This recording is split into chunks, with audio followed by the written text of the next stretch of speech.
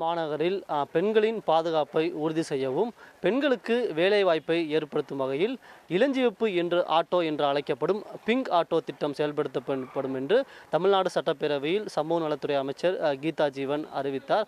இதனைத் தொடர்ந்து இன்றைய தினம் உலக மகளிர் தினத்தை முன்னிட்டு தமிழ்நாடு முதலமைச்சர் மு.க. ஸ்டாலின் சென்னையிலிருந்து இந்த பிங்க் ஆட்டோ திட்டத்தை செயல்படுத்த உள்ளார். தற்போது இந்த பிங்க் ஆட்டோக்கள் நிற்கும் இடத்தில்தான் நாம் இருக்கிறோம். இந்த பிங்க் ஆட்டோக்களை பொறுத்தவரையில் முழுவதும் இளஞ்சிவப்பு நிறம் கொண்ட, அதாவது பிங்க் நிறம் கொண்ட நிறத்தில் இந்த பிங்க் ஆட்டோக்களை வடிவமைக்கப்பட்டுள்ளது. இந்த காட்சிகளை நமது ஒளிப்பதிவாளர் காட்சிப்படுத்தி கொண்டிருக்கிறார். இந்த பிங்க் ஆட்டோக்களையில் பல்வேறு அடிப்படை வசதிகளும் நவீன வசதிகளும் உள்ளது. மிகவும் முக்கியமாக கூற வேண்டும் என்றால் பெண்களுக்கு தேவையான அந்த நாப்கின் அனைத்தும் இந்த பிங்க் ஆட்டோக்களில் இருக்கும் வகையில் வடிவமைக்கப்பட்டுள்ளது. அதே போன்று அந்த சானிடைசர் வசதியும் இந்த பிங்க் ஆட்டோக்களில் வைக்கப்பட்டுள்ளது. மிகவும் இதற்கு அடுத்தபடியாக கூற வேண்டும் என்றால் பிங்க் ஆட்டோக்களை பொறுத்தவரையில் சிஎன்ஜி மற்றும் பெட்ரோல் இரண்டிலும் இயங்கும் வகையில் செய்யப்பட்டுள்ளது.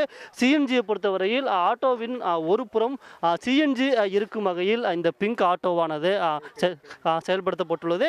சிஎன்ஜி ஆட்டோ அதாவது பெண்களுக்கு இரண்டு வகையிலும், அதாவது சிஎன்ஜி ஆட்டோ இரண்டு முறையிலும் இயங்கும் வகையில் இந்த பிங்க் ஆட்டோவானது செயல்படுத்தப்படுகிறது.